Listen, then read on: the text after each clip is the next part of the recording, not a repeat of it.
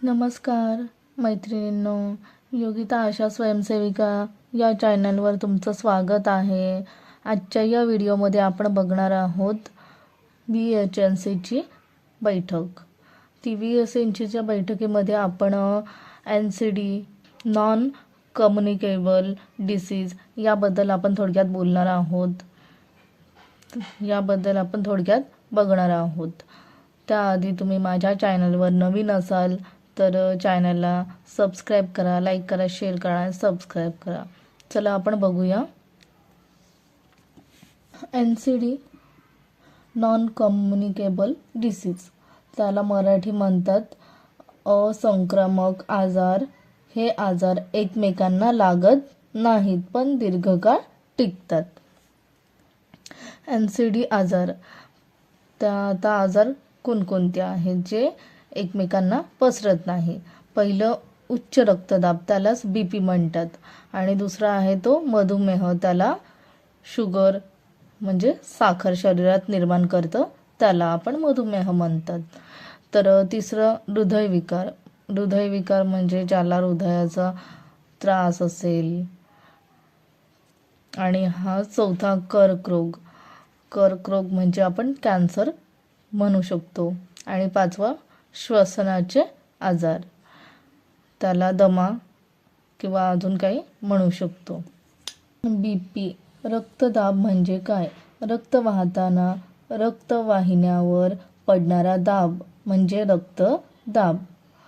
सामान्य BP 120/80 mmHg. आणि जास्त BP असेल तर त्याला त्रास कोणते होतात? डोके दुखणे, चक्कर येणे, छातीत दुखणे, हृदयविकार, पक्षाघात, लकवा. आणि BP कमी असेल तर अशक्तपणा येतो त्या व्यक्तीला, चक्कर येणे आणि बेशुद्ध पडणे. आपण ह्या माहिती आहेत त्या ज्या बैठकीत बसलेल्या लोकांना आपण समजावून सांगू शकतो. जास्त BP असेल तर डोके दुखणे, चक्कर येणे, छातीत दुखणे, हृदयविकार असे काही त्रास होऊ शकतात. आणि कमी BP असेल तर अशक्तपणा, चक्कर, बेशुद्ध पडणे असे थोडक्यात आजार होतात त्या व्यक्तीला. आणि दुसरं आहे ते साखर, मधुमेह. मधुमेह म्हणजे काय? रक्तातील साखरेचे प्रमाण वाढणे म्हणजे मधुमेह. सामान्य साखरेची पातळी. जर उपाशी आपण शुगरची टेस्ट घेतली तर 70 ते 100 mg पर्यंत येते. आणि जर जेवण केल्यानंतर तर 140 पेक्षा कमी. तर आपण आहे ती जास्तीत जास्त उपाशी पोटी शुगरची टेस्ट करतो. त्या व्यक्तींना सांगायचं आहे की शुगरच्या पेशंटला काय म्हटलं असं, शुगर शरीरामध्ये रक्तामध्ये तयार होते. त्या व्यक्तीला उपाशीपोटी तपासायचं असतं. आपण त्यांना थोडक्यात समजावून सांगू शकतो. आणि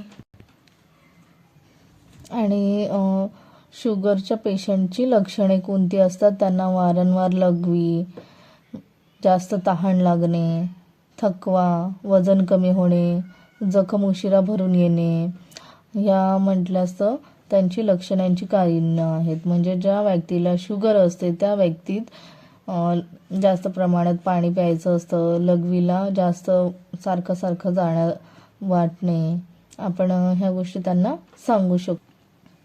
ही तपासणी कोणाची करावयाची असते? ही तपासणी असते ती 30 वर्षावरील सर्व व्यक्तींची करायची असते. काहींना शुगरचा त्रास असेल तरी त्या व्यक्ती काही तपासायला जात नाही, 2 गोळ्या घेतील आणि घरीच राहतील. तर आपण त्यांची जी आशा कार्यकर्ती आहे ती आपण शुगरची टेस्ट करू शकतो किंवा त्या व्यक्तीला आपण आपल्या उपकेंद्रामध्ये घेऊन जाऊ शकतो.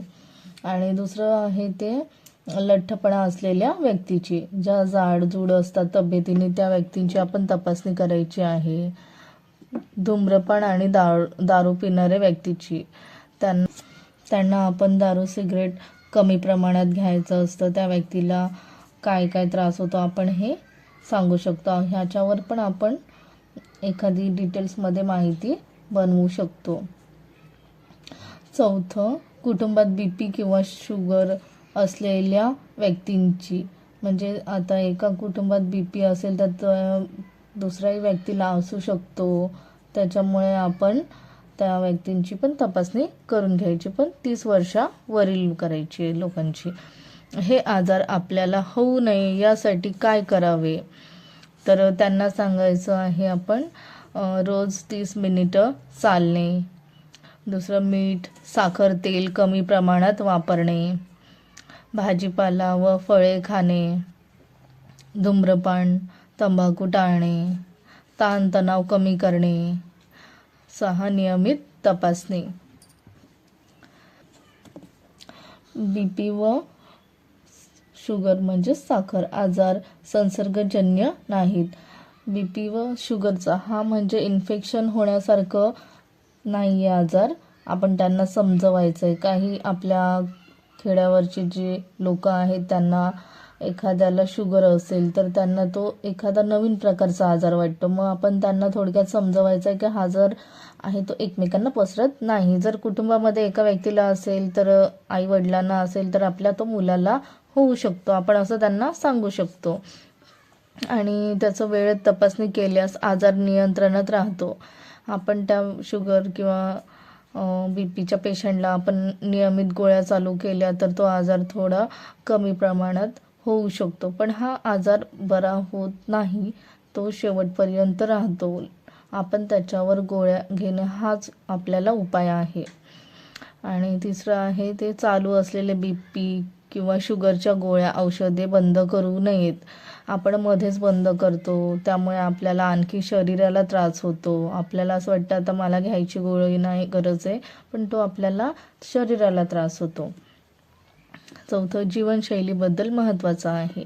हे आपलं जीवन आहे, त्या आजारावर गोळ्यांचं चालू असणं हेच आपल्यासाठी योग्य आहे. आणि आपण ही माहिती बघितलेली आहे. ह्यावर आपण आपल्या माता बैठकीमध्ये पण सांगू शकतो.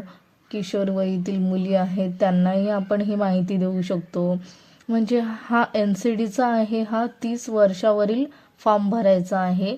आपल्याकडे NCDचं एक हे आहे, फॉर्म आहे. आपण तो दर महिन्याला आपण प्रत्येकाच्या घरी जाऊन भरत असतो. तो तुम्हाला मी व्हिडिओ माझा कॅप्शनमध्ये देतो कशा प्रकारे तो फॉर्म भरायचा आहे, त्यात माहिती कशा प्रकारे भरायची आहे. तर ती लिंक तुम्ही माझ्या डिस्क्रिप्शन बॉक्समध्ये देत आहे. ती तुम्ही माहिती कशी भरलेली आहे तो व्हिडिओ तुम्ही नक्की बघा. आवडल्यास लाईक करायचा, शेअर करायचा, जेणेकरून अशीच माहिती तुमच्यापर्यंत मी पोहोचवत राहीन. आणि हा शुगर BPच्या पेशंटसाठी आहेत ह्या माहिती. शुगर आणि BPचं पेशंट असतो त्यांना आपण खूप काही माहिती देऊ शकतो. ह्यामधनं आहाराबद्दल माहिती देऊ शकतो. ह्यामध्ये आपण त्यांच्या घरी गेल्यानंतर त्यांना समजावू शकतो. विजिट केल्यानंतर खूप काही सल्ला देऊ शकतो.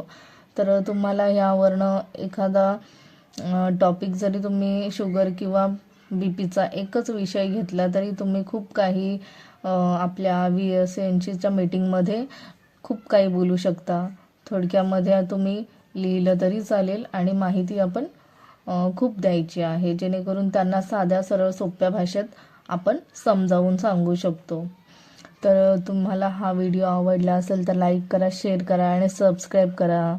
आणि अशीच माहिती मी दर महिन्याला पाठवत असते. तर तुम्ही नेहमी माझ्या व्हिडिओला सपोर्ट करा. थँक्यू.